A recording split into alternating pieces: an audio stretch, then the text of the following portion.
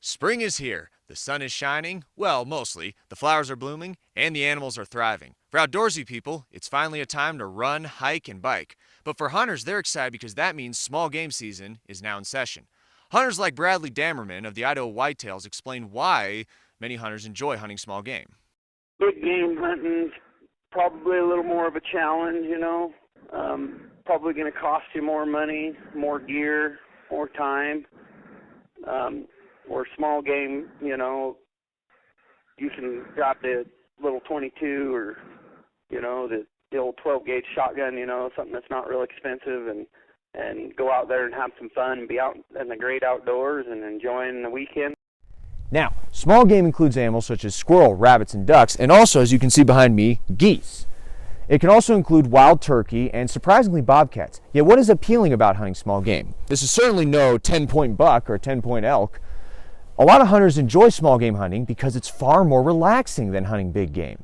Nate Hill, a student from the University of Montana, explains why small game hunting is so relaxing.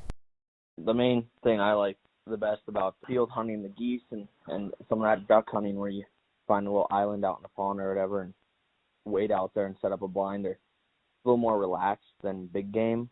You can lay back and kind of chillax and talk to people, and you don't have to be super quiet or anything, but you just kind of a waiting game, and you can throw out calls and try and call them in. It's really fun.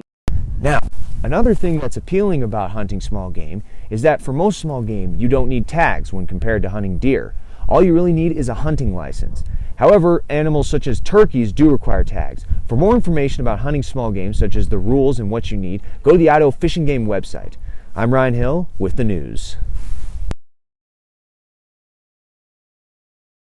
It's no secret that a lot of events at the University of Idaho have been impacted by COVID-19. Sporting events and club events have all felt its wrath. But what's to become of homecoming? Not once did we question whether we were going to have a homecoming. We questioned how we were going to have it, but we didn't, not for like a single minute did we think about canceling our homecoming week, because we knew, even if it is virtual, that our Vandals traditions are more than just our in-person events. And, the kind of pride and spirit and joy that our Vandal family and traditions bring to our students, faculty, staff, and community, it's not something you can get anywhere else. Now, for homecoming, events such as the tower lighting and serpentine were canceled due to social distancing concerns. But what was to become of the fireworks display, which has been a yearly homecoming tradition? The fireworks we kept because people can come and watch in their own vehicles, and they can remain in their, the community can remain in their family units and watch from their vehicles. So it wouldn't be a gathering of people, just on like the tower lawn watching the lights.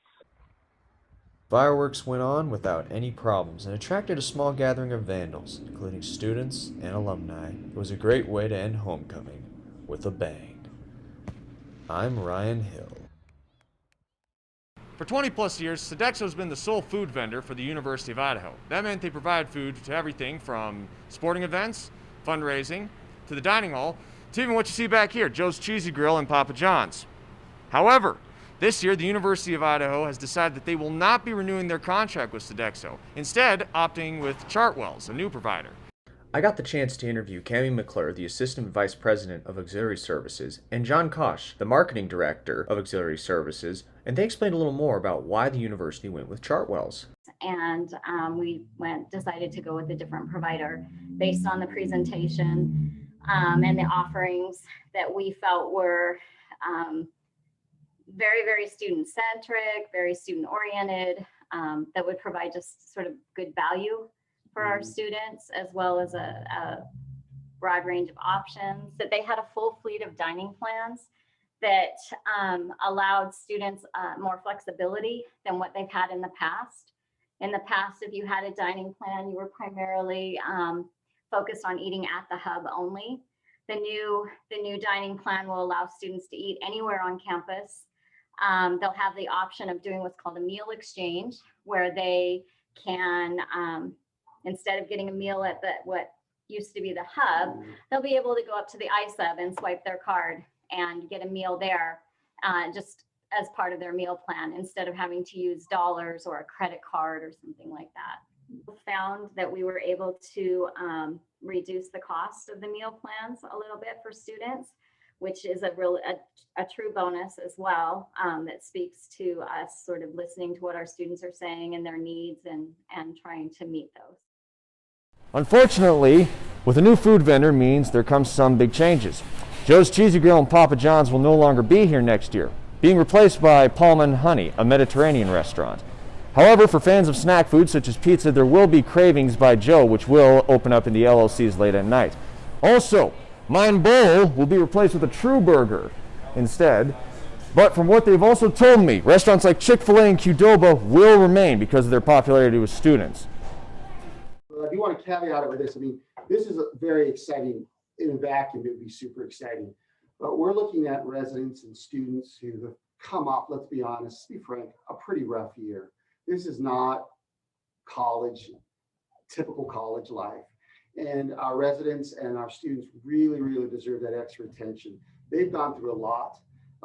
They've done very well with their testing and staying on campus and in class. And really, they have really pulled their weight. And the least we can do is try and bend over backwards to bring them something. And of course, it's not an even thank you, but they're the focus. So when this went out to bid, students were the focus. We've got to really thank our students, and we've got to take our students' best interests at heart. It became the top priority. So when we did see the presentations, it was clear that the choice of Chartwell's would have brought a better value and more excitement to our students, because it was, to be honest, focused on them. And I think we were won over by that. And I think the proof will be in the product. And so we're going to see, as these things roll out, we're going to get, gen up excitement for each one. But coming off the year we've come off, these are pretty exciting regardless. Now, while many students are hoping for change next year, one thing is for certain. There will be new food and it'll be delicious. I'm Ryan Hill with the news.